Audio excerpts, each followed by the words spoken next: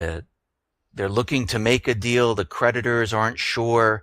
And then I read someplace else that uh, Greece might be leaning towards the BRIC system.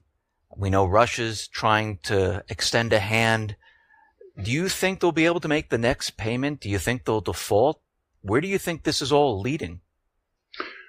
Dave, where I think it's all leading, in my mind anyway, it's pretty clear.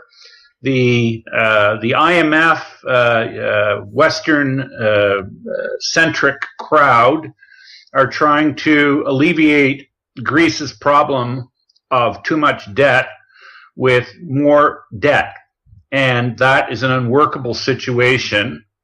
And if the West continues to try and slam Greece with more debt to solve their problem of too much debt, that will force Greece into a more cozy or more encompassing relationship with the BRIC nations.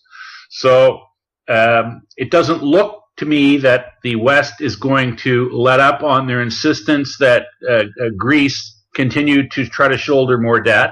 Therefore, my view is that Greece will be effectively forced to exit the euro, which means, in my view, the euro is a doomed institution, and it's only a matter of time before Greece is either leaves of their own accord or is forced out of the euro. Now, do you think this will have an effect on the other euro countries like France, Spain? And do you think then something will occur here in the United States with the dollar if this does occur? Because we hear Jack Lew giving a lot of warnings about Greece defaulting and leaving. My view towards Greece being forced out or exiting the euro will be the proverbial straw that breaks the back of the camel, which is the euro. So my view of the eurozone going forward is that the concept from its origins was unworkable, and in real time we're seeing it to be unworkable. And I do believe that once Greece officially leaves the euro as an institution, there will be we'll be opening the floodgates for the likes of Spain, Italy, and probably France in quick order. And the euro, in my view, is a doomed concept. So will this have any ramifications on the dollar itself? Or I mean, very short term, Dave. I think we could see, and we have seen empirically, the dollar showing strength relative to other fiat currencies. But just remember, if you want to view these fiat currencies as pigs in a poke, all the pigs in the poke will be slaughtered, because that's what happens to pigs when they're in the poke. And it just so happens that, at least it's seemingly, the euro is going to go to the knockbox first. But that doesn't mean the other pigs in the sty aren't going to be slaughtered as well, because what they all are ultimately is bacon. Okay. Let me just change subjects here for a second. We see China is pushing the yuan renminbi, and it seems like at this point in time they're trying to make it a reserve currency. We see the IMF is saying that it's not devalued. We understand that China is continually purchasing more and more gold. Why are they doing this? How much gold do you think they have? And why are they trying and pushing the yuan to become a reserve currency? Well, I'm going to sort of shape my answer a little bit in terms of what my understanding is of China and what they are seeking on a go-forward basis in a geo-economic construct.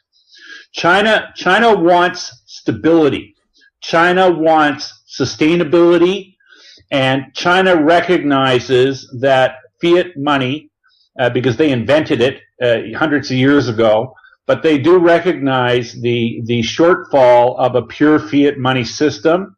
They do recognize that long term, the ability to print money out of thin air is not a sustainable concept, and China's want to possess physical gold bullion is highly aligned with the notion that they want to have honest commerce, because honest commerce is sustainable long term.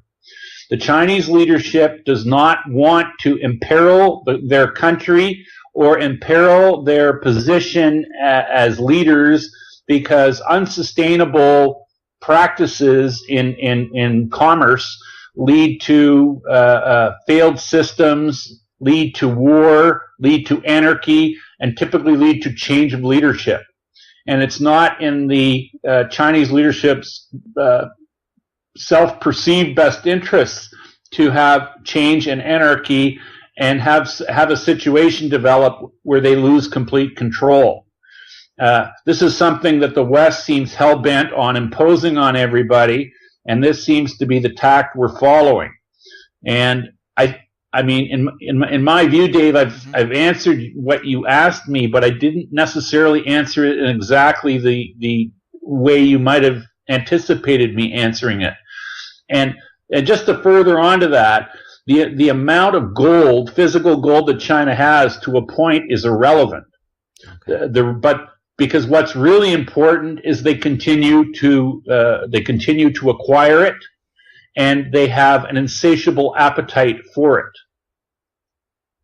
So at this point in time, you mentioned war. I just want to ask you this. You see what's going on around the Spratly Islands, and you see the U.S., it seems like they're provoking China and kind of pushing or poking them. Do you see the U.S. pushing war in this?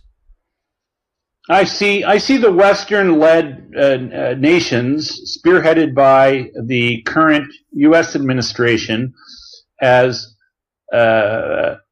trying to provoke hostilities, not only in disputed islands off China, referencing China, Japan, but I see them also spearheading the disunity in the Ukraine, even though they've tried to paint Russia and Putin specifically as a villain. We all know by the famous remarks by Undersecretary of State Victoria Nuland just how high-handed the Western leadership's view is towards anybody vis-a-vis their position on the Ukraine and on Europe, for that matter. It's been American interventionism that's created the hostilities and the situation, which is sort of looks like it could spiral out of control in Syria. There's been a lot of American, let's say, behind the deal. Look, all these wars, Dave, are all symptoms of a bigger problem. And the real problem is that money in our financial system is on the brink of failing. And the powers that be want to have their I'm just gonna broadly refer to all these incidences as false flags. And they want to have them all in position so that when the financial system finally goes over the edge, they will initiate war. They will start war, and they might start it on numerous fronts at once.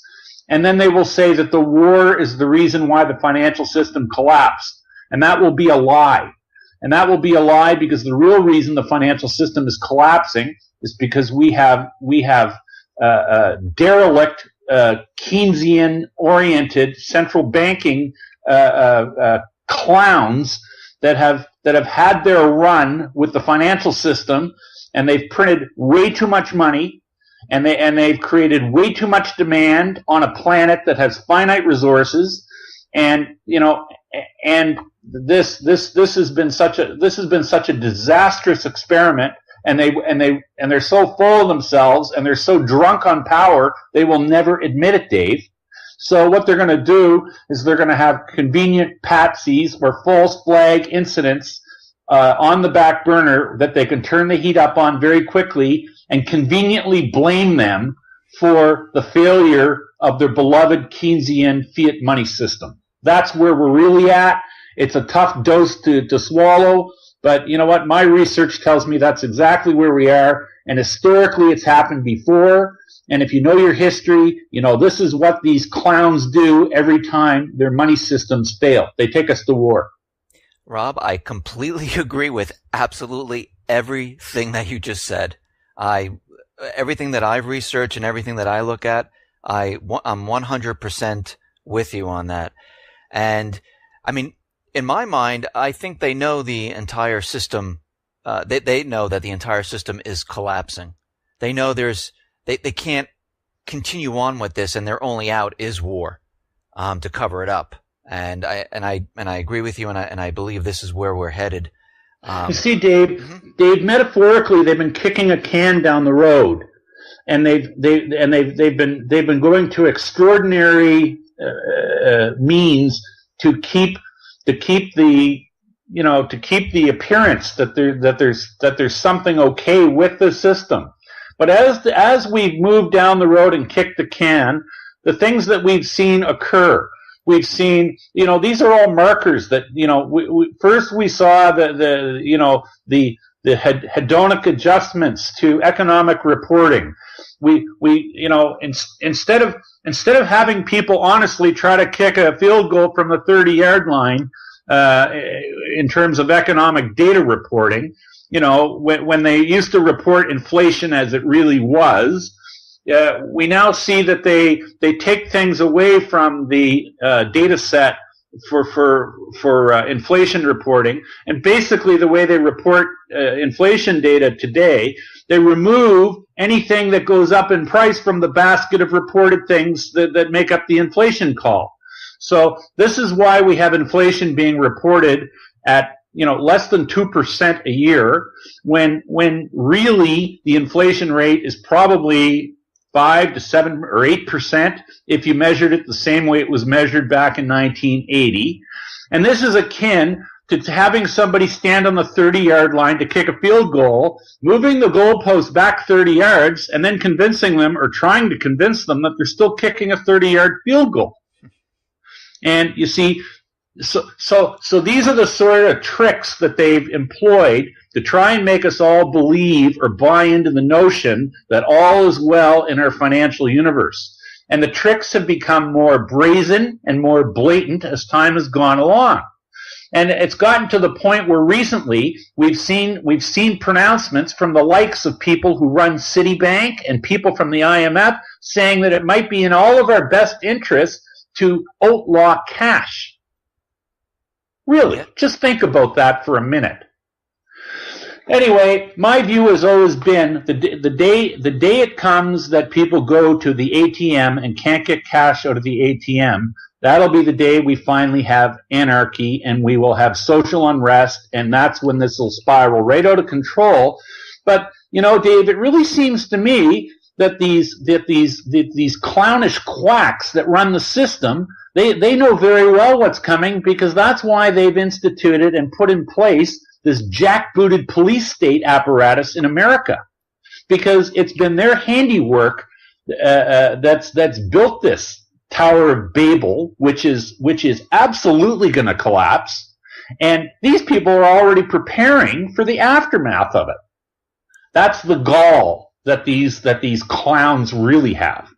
And as much contempt as they've expressed and demonstrated for humanity, my contempt for them, it rises to a much higher level.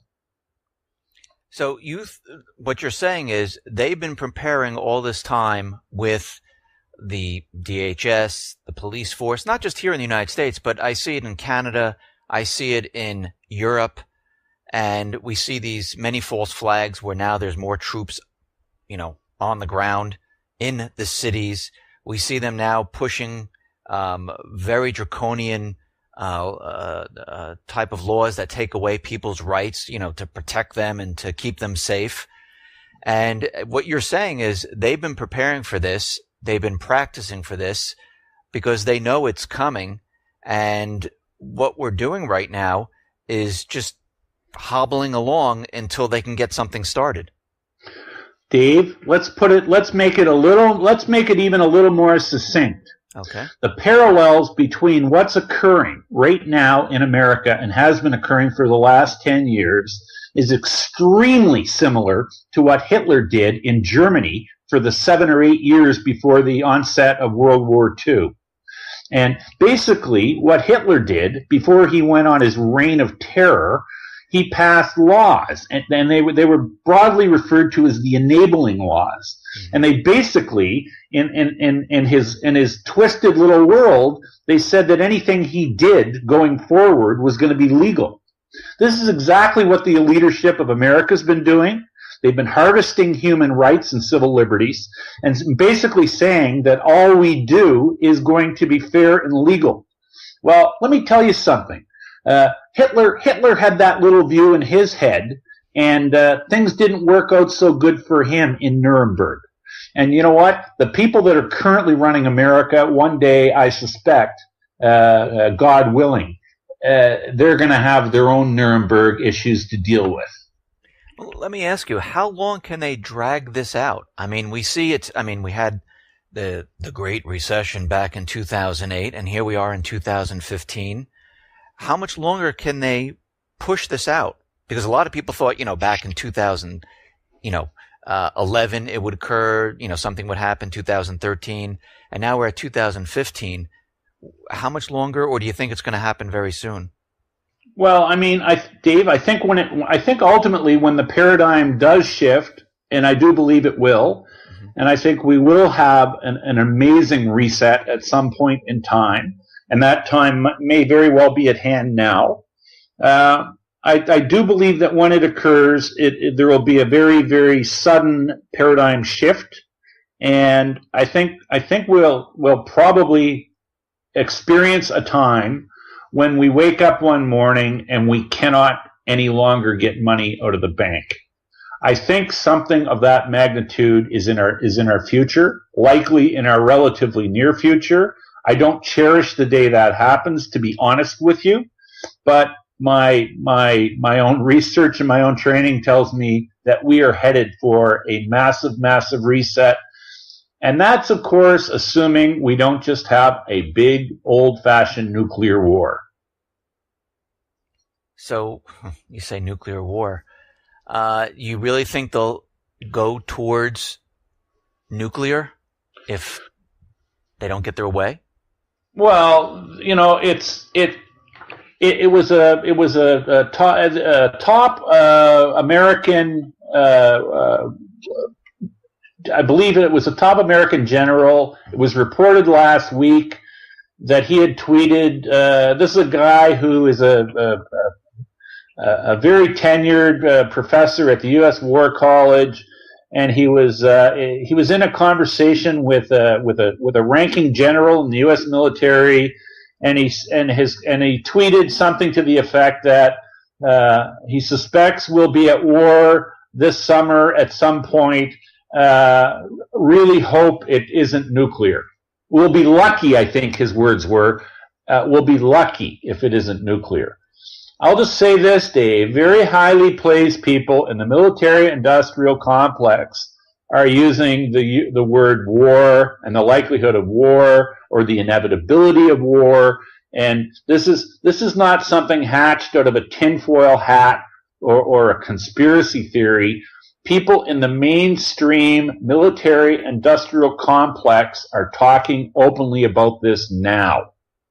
This is not imagined. This is not wishful thinking, and believe me, I don't wish for it.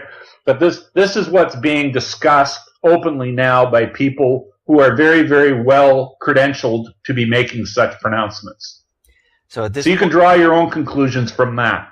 No, I've been watching this and tracking it, and I'm for over 2.5 years now telling people that the U.S. has been maneuvering and placing military assets and building up all along Eastern Europe, the Pacific, the Middle East, and it's continuing. Actually, it's accelerating, and I definitely see war coming, just like you stated, and what I see happening is, and you mentioned about people won't be able to take money out of the banks. Are you saying they're going to shut the banks down? That's why they can't get the cash out? It might be that.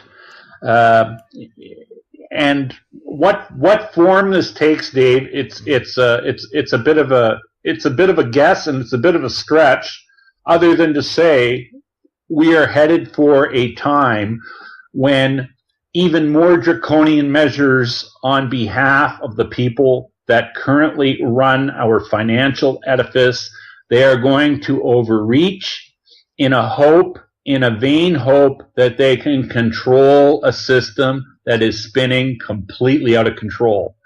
Does it take the form of less severe capital controls or more severe capital controls? Will it maybe start off with something a little bit less odious or a little more creeping, like capital controls first on registered accounts and then to be followed by cash accounts? It's tough to say exactly how it's going to roll out, because desperate times require desperate measures, and which particular desperate measure a desperate person is going to choose is something that's, to be honest with you, it's beyond my ability. Start thinking like a really desperate person, and start thinking about the universe of desperate decisions you might make, because some of them might be quite irrational. What should people expect? Are they going to see, like, when this whole thing starts to fall apart, one, inflation or deflation? Two, is it going to be hard to get food from the supermarkets? And are we going to see maybe martial law or something else occur here, like riots and things like that, where they have to say they have to implement martial law? Dave, it's conceivable we see all of the above. And when I say this, I'm gonna say it's conceivable that we see civil unrest, martial law, but ultimately, speaking directly to your point about whether we see ultimately deflation or inflation, you cannot destroy a currency and have deflation. And fiat money has been debased and deranged and defiled to such a degree that a deflationary ultimate outcome, in my view, is a non-starter. And when you destroy the value of a currency, you ultimately end up with rampant runaway inflation. And my personal view is that to say that we have a deflationary outcome in this ultimately is nothing short of quackery. So let me just get your take on this. What do you think of this exercise, Jade Helm? Do you think that is in preparation for this? Sure, it is. It's practice. So it's practice. It's practice for. Call it what it is. It's these guys are training to basically subdue. Peoples in urban environments, and this is what this is all about, and it's to get people conditioned to having military conducting operations in urban areas, so that when they actually roll it out, people say, well, it's just the army doing what the army does. No, this is a conditioning exercise, Dave. Absolutely. And listen, anybody who can't see this for what it is an ostrich with their head buried in the sand or somewhere else where the sun doesn't shine. For the last question, let me ask you, when do you think, you told us this summer the general's telling us war. Do you think the collapse is going to occur during the summer, or do you think it's going to be the fall, or do you think, what's your prediction on this? We won't hold it. To begin with, Dave, I think it's a fool's game to predict what day or week it's going to happen. What I can truly say is, with each passing day, we're a day closer to a major paradigm shift or a major reset. I wouldn't be shocked if it occurred this summer. I wouldn't be shocked if it occurred this fall. But I'll tell you, Dave, I also wouldn't have been shocked if it had occurred last fall. So, you see, the reality is the system is ripe for a reset, and the reset is metaphorically low-hanging fruit that's very ripe on a tree. And so the question I guess you're really asking me is, what day do you think the ripe apple is going to fall off the tree? Well, I know that the apple will fall off the tree, but I'm hesitant to say what day. Okay, I'll take that. Well, Rob, thank you for coming on the X20